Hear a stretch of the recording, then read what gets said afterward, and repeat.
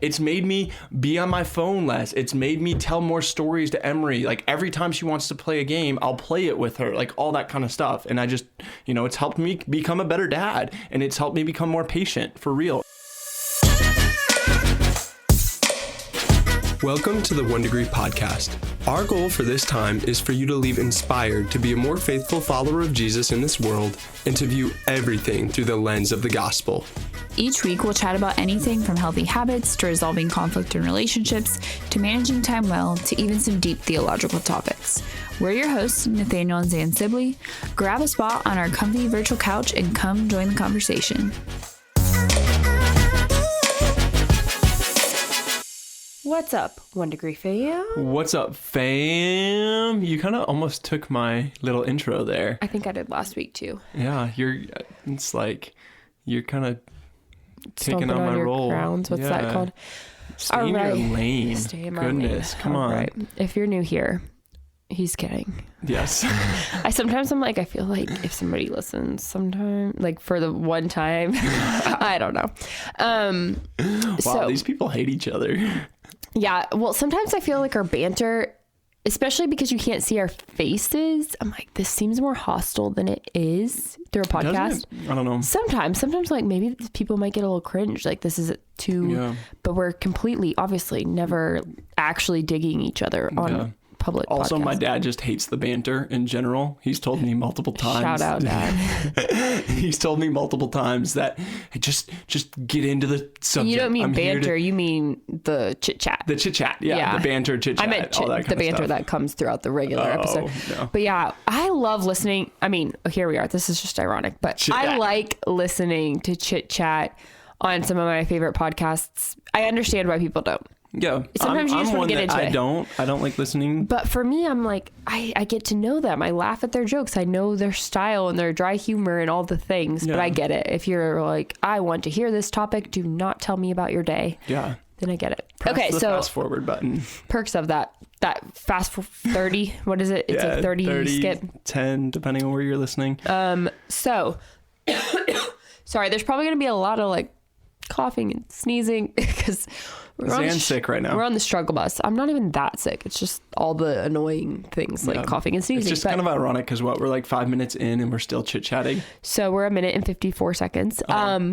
We are going to talk about, this is going to be a chill, totally different than normal episode. Usually, we're talking really Deep stuff. Hot topics. We're coming off of talking about politics to talk about 10 things we're loving right now. Yeah. But we just wanted to, change speeds for a little bit. We made a list of 10 of our favorite things and we're just going rogue to tell you about them. You never know what you're going to get when you're coming to the cozy virtual couch. So, that's what we're kind of chilling. This is like a chill convo on our comfy virtual off and cozy couch. Exhale. Yeah. After a long, hard day. Yeah, there we go. Maybe got a cold beverage in your hand. Or a warm one if you're me. Yeah. I'm a warm bevy girl. Well, I'm a cold beverage guy. Bevy? And for those of you who are listening to me, I'm talking about a cold glass of water. Not that I have anything against alcohol, but right now, because I'm currently in seminary, I have signed an agreement that I will not drink alcohol until I'm graduated. No one thought that you were talking. Well, a cold beverage, something like a cold beer in your hand. That's not what I'm talking about. Okay. Maybe a cold lemonade. He's like a cold Sprecker's root beer guy. Yeah, cold Sprecker's root beer, kind of shout out to Wisconsin Spreckers, or something like that. Now we are 3.5 minutes in. Let us go. But when I graduate, you best believe that a cold beverage, maybe sometimes, might be a... Awesome. Okay. So, 10 things we're loving right now. Kick us off, Zan. All right. The first, the pour over, which is What's that? It is like a Christian. Technically, I think they started as a newsletter. I'm a podcast girly, so I listen to the podcast format where they basically, I think, read the newsletter. Yeah. But it's part of my play the podcast while I make my coffee or empty the dishwasher type of morning routine. It is on Monday, Wednesdays, and Fridays. I think for all of these things, we'll put links to what we're talking about if they are links. So I'll put the link where you can like subscribe to it. But basically, it gives you the news. Like I pretty much know the news that I need to know. I'm not a news person. Nathaniel is by far the current event person of our relationship. To a fault. And it's funny because now that Zan has started listening to the pour over, she'll sometimes be like, oh, Nathaniel, did you hear about this? And I'll be like, yes, I did yesterday. Or because like sometimes she'll be a day behind or something like that. Well, no, because they only do Monday, Wednesday, Friday. So if I share some Tuesday news with you, I guess. He is just a major news guy and I'm not. Well, okay, let's clarify. You are. Not a major news guy. Like I have my news sites that I go to on a regular daily basis. I don't sit in front of the TV and watch the news. Oh, yeah. Yeah, he's just yahoo.com. He will know every headline on that thing. Yeah. Versus I just don't like to consume the news. It's a little bit depressing, a little bit anxiety inducing, but I like the pour over because it gives you bite-sized pieces of the news and their whole thing is a Christian perspective. So obviously they're not making the news Christian, but they're saying, okay, in light of this, what is the Christian response type thing? And yeah, I just really like it. So we'll put the link to join it if you're curious. There you go. The second thing that we're loving right now is a clean/minimized playroom. I'll put the link for a clean, minimized playroom. I'm just kidding. Okay. But actually, this is something that we have been loving because before our playroom was just playroom. I didn't even really get rid of that much. I set out, I was like, I'm going to make this, I'm going to minimize. But then I went to do it and I really didn't need to get rid of much. I just needed to put all the teeny piece, like we have this toolkit where it's got a bazillion organized screws and stuff. No, I just put those things out of reach. That's true. So they'll play with them, but only when I bring them down. It's not just because toddlers, sorry to hijack this one, but 2 and 3 year olds or almost 2 and 3 year old love to just basically empty things. I mean, they play with stuff, but it's just like emptying vessels. And so I needed fewer things for them to empty all over. I feel as if I'm being enlightened right now because you just interrupted me and I feel hurt. But normally I'm the one doing the interrupting. Enlightened? Is that the word you mean? Yeah, enlightened. Like my eyes are being opened to... how it feels to be interrupted? Yes. Okay, go ahead. No, I'm just kidding. That sounded very passive, rude way to say that. I don't know. It kind of felt like... I don't know. You interrupt me more than you do, which you don't really. Yeah, I don't know. But anyway, so I think I used to. Early on in the podcast, I used to interrupt you all the time. Yeah. I think I've been cognizant and trying to be better about that. I think when people think you're interrupting me, because sometimes I'll listen back and I'm like, I think you're really just kind of finishing my sentences. Yeah. Like you're trailing off. You can tell by my facial expression that I'm not really necessarily knowing where I'm going next or something like that. And or not knowing, but I thought there was one part of the last episode that I listened to where it was like, it really seems like you just hijacked that sentence, but I remember and I did not have more words to say. You were like Michael Scott. You just started the sentence hoping you'd find it and then you just never found it. But so I jumped in and kind of kept it running, passed the baton. Yeah. Okay. But no, I think before the playroom, it's not like it was like a crazy mess, but there were just so many toys in it that the girls would play with all these different toys, mess it up really quickly, and then be done playing in there after 5 minutes. Because they were overstimulated because it is so scientifically proven and anecdotally, like I just see it in our life. The more crap they have. You just said the C word. Oh, funny. When you're talking on Instagram, if you put captions, it bleeps out crap. It literally How dare you say that word? But anyway, the more junk they have and stuff, the less they want to play with it. They just have the attention span of a goldfish when they have too much. And it is so crazy when you have them in a way fewer object room. That's not the word, but a more minimized room. They'll sit there and just read books for minutes on end. Here you go, just hijacking the conversation again. Okay. Unbelievable. Okay. I thought this was a conversation. No, I'm just kidding. But yeah, no, seriously. So that's been a life changer. Now they'll just sit and play in the playroom for an hour if we let them, and they'll just read books and they'll play with their toys, and it's easier to keep clean and all that kind of stuff. I don't want anyone to be too jealous because that's not exactly how it goes all the time. A lot better. But for sure, we notice an increase in independent play. Yeah, so that's the second thing we're loving right now. So number 3, this is a book Nathaniel read years ago, probably 4 years ago. I think you read it I think you read it with a group because there's like random prayer requests. Well, we started as a group, but we never finished it as a group. Classic. Yes. Spiritual Disciplines by Don Whitney. So we are actually in the Theologian house going to be doing a whole series of lessons on spiritual disciplines. So I've kind of just been reading different works and all kinds of stuff. So this is one that I've been reading. Yeah. Spiritual. Did I already say who it's by? Don Whitney. Yeah. It's so good. yeah, I mean, that's all I'd really say about that. It's very practical. Yeah. He lays out spiritual disciplines being like Bible intake, prayer, fasting, evangelism, silence and solitude, serving. Yeah. Silence and solitude.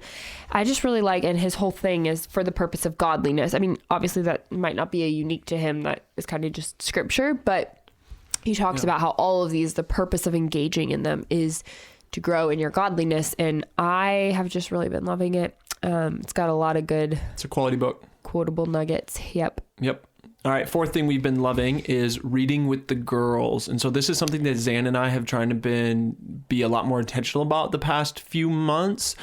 Before that, I just don't think we were as good about it. And we kind of justified it saying, oh yeah, the girls will never sit through a story. Like we would try to read a book and then they would try to start flipping pages and we'd read a little bit of the book and then we just kind of give up because they were flipping pages and all this kind of stuff. But lately we were like, no, this is good. This is helpful. Let's make them kind of sit through. And if they flip ahead, we'll flip back to the page or we'll say, let's wait till we finish that page. Training them. Yes. Yeah. Training them to not flip the pages for us. Exactly. But that's what I'm saying. And these past few months have been great. We've been reading with them so much more often, like every day. And then now they've started to really take books and just sit and pretend read by themselves. And so just that kind of that habit has been caught by them and they love it. And it's great. Like the first thing they'll do is they'll grab a book and then they'll either bring it to us to read or they'll read it, first thing in the morning. First thing in the morning, when they wake up. So I actually read a book. It's not the Read Aloud Family because that's the one a lot of people think about. It was like the miracle moment. I'll link it. But it was all about just the science behind reading aloud and how incredibly beneficial, even if your kids are playing, because that's the thing. People think, oh, you need to have this captive audience, but it can seem like they're not listening at all. But the power of reading aloud is just, it's crazy. Funny honestly. Story. I have a old middle school teacher that I'm friends with on Facebook that she's like 70 years old or something like that. I'm not even kidding. At least once a day, she has some Facebook post, rant, whatever, about the importance of reading to your kids between the ages of 0 and 5 and how if you read a book a day, by the time you'll have read them, whatever the math is, 1,500 stories by the time they're 5, all this kind of stuff. But it's so funny to me because I don't know if she has grandkids or what, but it's literally like something she is so passionate about. It is incredible the difference. This book was talking about that, even the word gap in kids who are read to and not the amount of words they're exposed to. It's just crazy. And I think we were really good about it when they were babies because we had that captive audience. But as they got older, and just kind of slipped. We've always been big about books. We were more like, oh, we'll let them read this book by themselves. We're not going to. But now I think they've grown to love it. Like they're constantly bringing us books to read. And anyway, that was a lot about reading. Fifth one. Bluey. Also, this is kind of ironic. We're coming off of, we love reading to the girls. Also, the next thing we love is Bluey, having them sit in front of a TV screen. The three in a row here kind of go together. So we way prefer reading. We don't do screen time during the week at all. Monday through Friday. And by screen time, we just mean TV. We definitely don't do tablet. I mean, no judgment if you do tablets, but we don't have tablets. Not giving our kids tablets. So we're not doing TV during the week. And so I will say, that's something, a rule that we have, but if the girls are sick or if it's just a terrible day, it's not like something like we cannot break this rule. Oh, and no. It's just a rule. It actually is something, not that I heard about for the first time, but something in the habits for the household book. Yes. He was talking about when you have rules like that with your screen time, when you make exceptions, you like it basically reinforces that this is a rule because this is an exception. If you're watching it on Tuesday, it's not, don't ever watch it on Tuesday, but it's an exception to the rule. It's not creating it. Basically, like having that boundary creates that structure where you're not slipping into like, oh, I'm suddenly using it as a babysitter every single day. Yeah, because if you don't have that rule, it's so easy to just slip in, oh, girls are crying, throw on the TV. Honestly, or something like that. At this stage of life, that rule is more for us as parents. Yes. The kids obviously aren't going to turn on the TV by themselves, though they're getting close to that.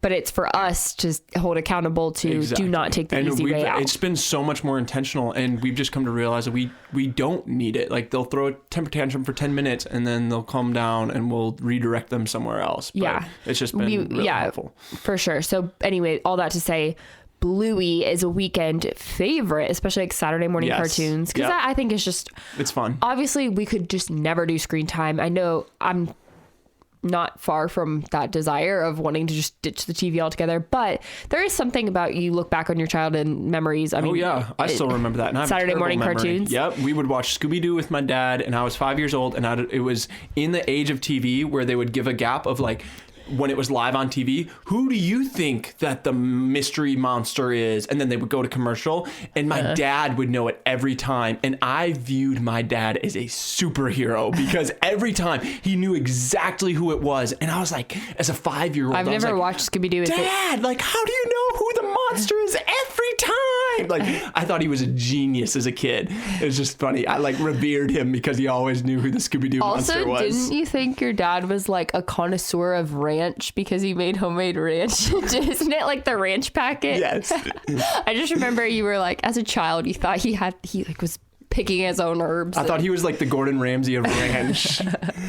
Anyway, he's getting lots of shout outs this episode. Yeah, some good, some bad. Not bad. Yeah. But yeah, so Bluey. Bluey. Okay, but we haven't even talked about it. Bluey's just so wholesome. Nathaniel I'm the person that if the screen it annoys me so much. If the screen is on, like if the kids are watching something, I mean, I just am not a TV person, so I'm never watching it. If it's like, great, okay, Nathaniel and the girls are sitting watching something, I'm going to clean the kitchen. I'm going to do, like, I just can't, I can't sit and watch TV. Even adult shows. Yeah. It gets me itchy. You struggle with that. So bad. And so I didn't watch Bluey, and he kept talking about how it's amazing, and it's making him a better dad. I'm not even kidding. Bluey has helped me become a better dad. No lies. And I'm not kidding. I've seen it. Like, he's turned over this whole another level of patience and engagement with them. And I was like, I'm curious what this Bluey is. And so I watched it. It's very wholesome. That sounds bad. Like, you're not as like Bluey's changing you in ways Scripture hasn't. But I think you were saying that it shows. It kind of exemplifies. Yeah, it shows and not tells. And that's just so. It's so easy to read, oh yeah, like don't provoke your children to anger. But then, and again, Bluey isn't, saying that or like explicitly Christian or anything like that, but it shows how kids can be annoying and like, oh, but the patience that the dad and the mom have. And it's really good because the dad helps out with so many chores, like taking care of the kids. It's not just like mom does it and like both parents work, and all this kind of stuff and just showing the dynamic. And so it's reality, but then it just shows how parents, the imagination that little kids have and how the parents, they can either feed into that and just cultivate that, or they can crush that and not feed into that. And so often it's like, it's made me be on my phone less. It's made me tell more stories to Emery. Like every time she wants to play a game, I'll play it with her, like all that kind of stuff. And I just, it's helped me become a better dad and it's helped me become more patient for real. And so I saw a little blurb on it. Sorry to hijack your... A blurb? A blurb, like a little someone writing. And they talked about how Bluey was the best kind of show because it was teaching kids how to cultivate their imagination and not need screens and just be together and all this kind of stuff. But then it was also teaching parents how to become better parents. And so it was the best. And it wasn't judgmental and it wasn't telling, but it was just showing it. And I thought that was so good. It's wholesome. Watch it. It really is. All right, 1 Degree fam. If you've been enjoying this time on our comfy virtual cozy couch, I invite you into our house, or should I say house, H-A-U-S, because we have just launched what we've called the Theologian House, which is a membership community that's really focused on helping you grow in your knowledge of theology and helping you go deeper in your Bible study skills. So quick little bullet point of what you will get when you join the Theologian House. You'll get a growing digital library of theological lessons and courses. More will be added all throughout every single month. There are guided notes to go along with each lesson. There are exegetical Bible reading plans and studies that we have daily videos going deep into what you read that day, trackers and note takers and study sheets, and a monthly theology couch chat call, which is just for members to discuss a theological topic of choice. And all of that is just how many dollars? $9 a month. So if you want to join, there's a link in the description of this episode, and you can use the code podcast for 10% off every month. All right, let's get back to what you came here for. Back to the episode.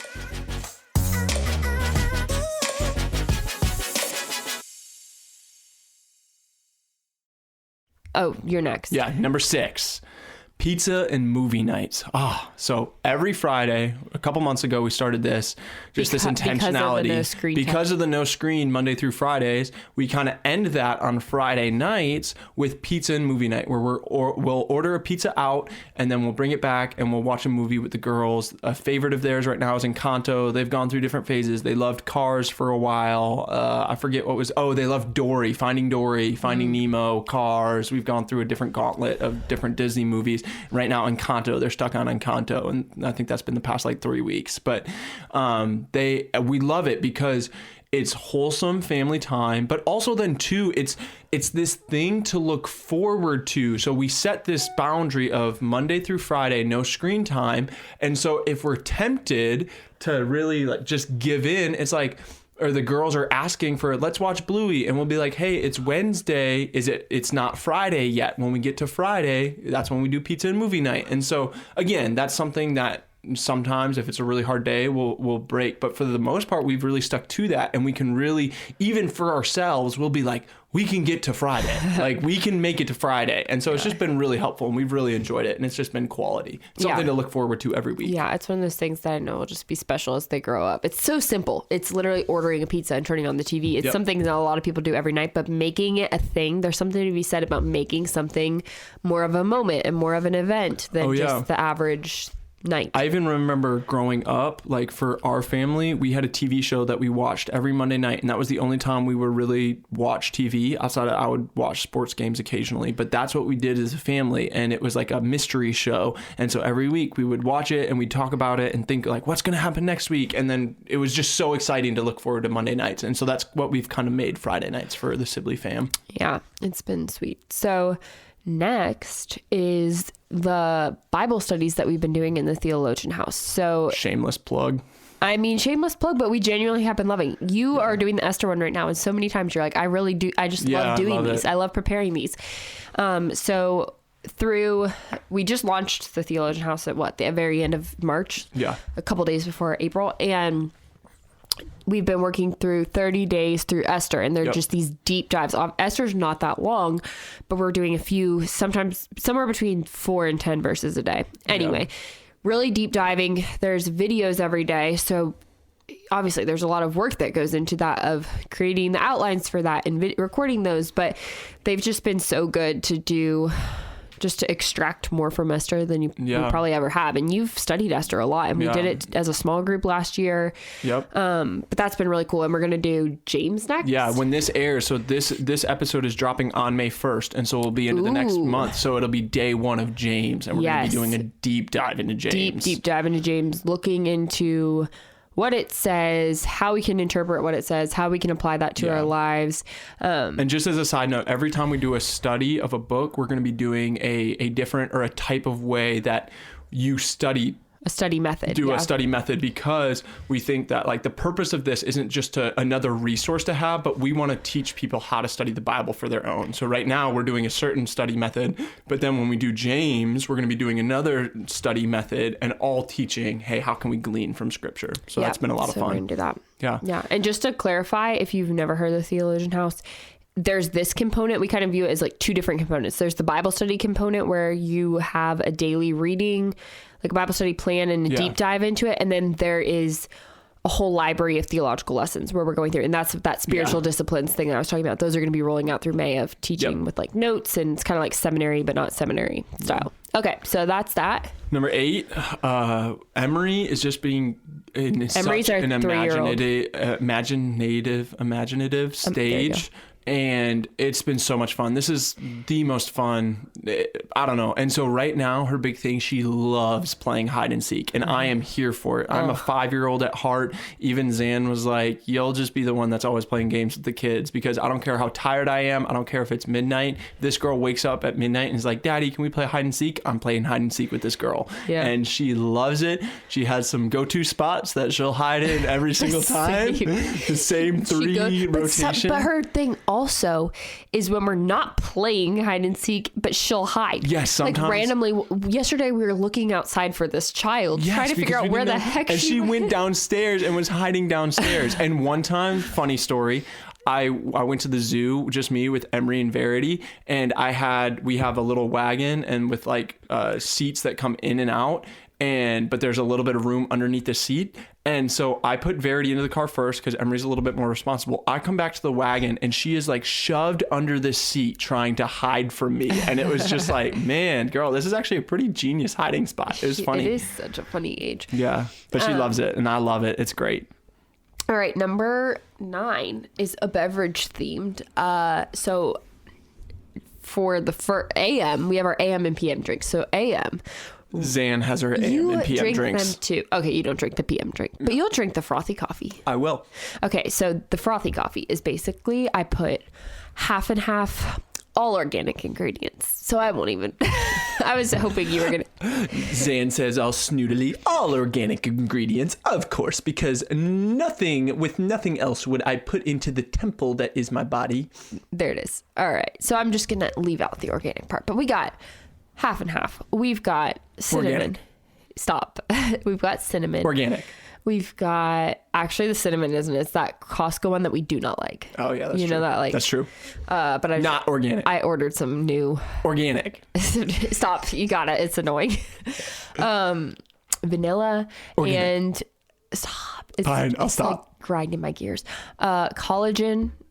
Okay, thank you. And some salt or trace minerals. Anyway, basically, it's this whole little cocktail. It's actually technically supposed to be. I got the general concept of it from this metabolism book that I was reading. Actually, we did that episode in January. I was reading it in January. Yeah. And it's just basically about, I love coffee, like black coffee, good craft, pour over, or why are you looking at me like that? Because you don't care.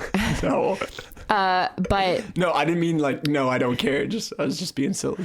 yeah. So anyway, I really love black coffee, but it's not the best to have first thing in the morning on an empty stomach for your adrenals, your just hormones in general. It'll cause a spike in stress and anxiety, which for me manifests as Angry Zan. yes, ragey Zan. And so I've been trying for everyone's sake to just not have coffee first thing in the morning. And then also if I do have it, the whole point is like balancing it with fats and carbohydrates and all that stuff. So that is the frothy coffee. Ask Zan about adding a cracked egg in her coffee. Cracked egg. Like a You raw mean egg. raw egg. I was like, everyone adds raw egg. Yes. Everyone adds raw egg into their coffee. Everyone. No, that you just said something about everyone. Well, I'm saying everyone cracks their eggs Yes, when they're I using know. them. But yes, I frequently will if froth they're a raw egg. hard-boiled, It makes you them peel them.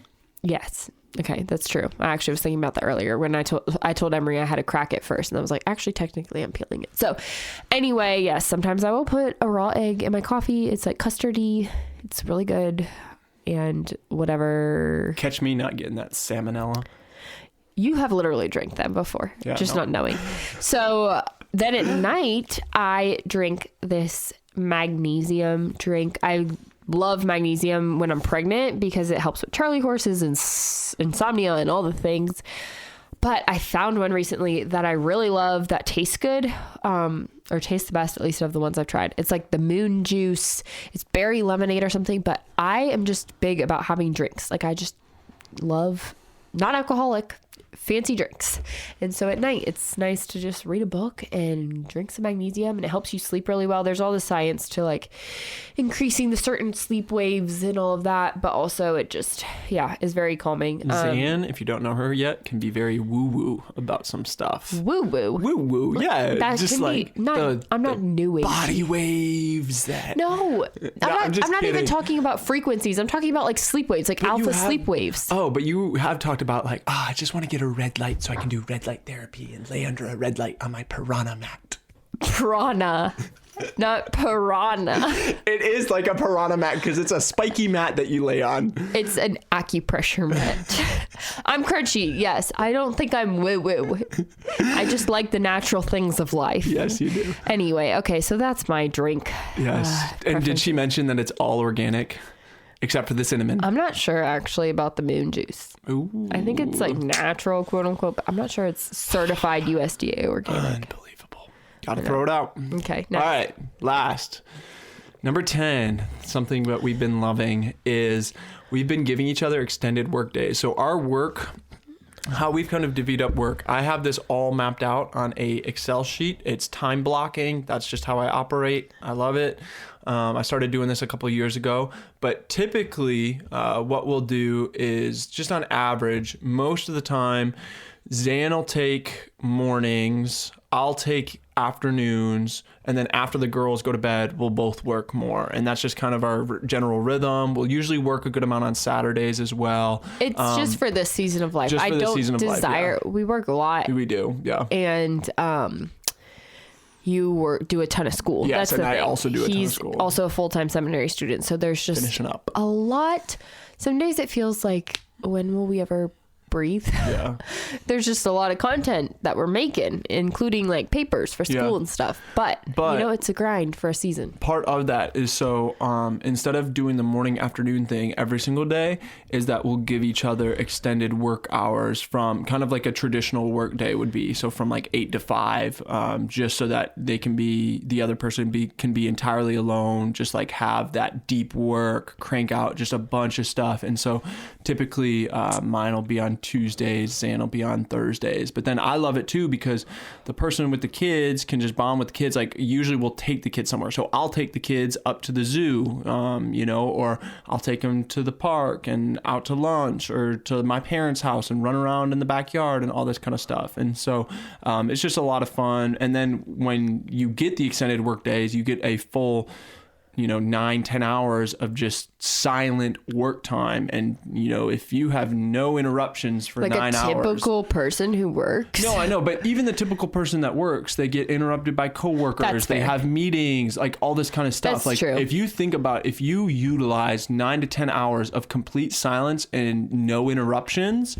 like you can get so much done. Like I'm thoroughly convinced that for the amount of work that typical people do in a 40-hour work week could get done in like 20 to 25 hours. Oh man, if not it less. is crazy how unproductive the American workplace is. Yeah, but that's just That's a whole other rant. side tangent. But yeah, so we've really enjoyed those extended work days because that's something new we did a couple months ago. Yeah, mainly because we have, so obviously we're creating a lot of content. I'm not talking social media content, but for instance, I think we started that after we launched Marriage Level Up, because there were times where it's like, okay, we are giving each other like 2-hour windows, and sometimes we were giving each other like 3.5, 4 But hour I was like, windows. okay, we sit down, I get in the grind, and then it's like, an hour later I have to, not in the grind of work, but a certain project, especially if I'm doing extended writing or something like that.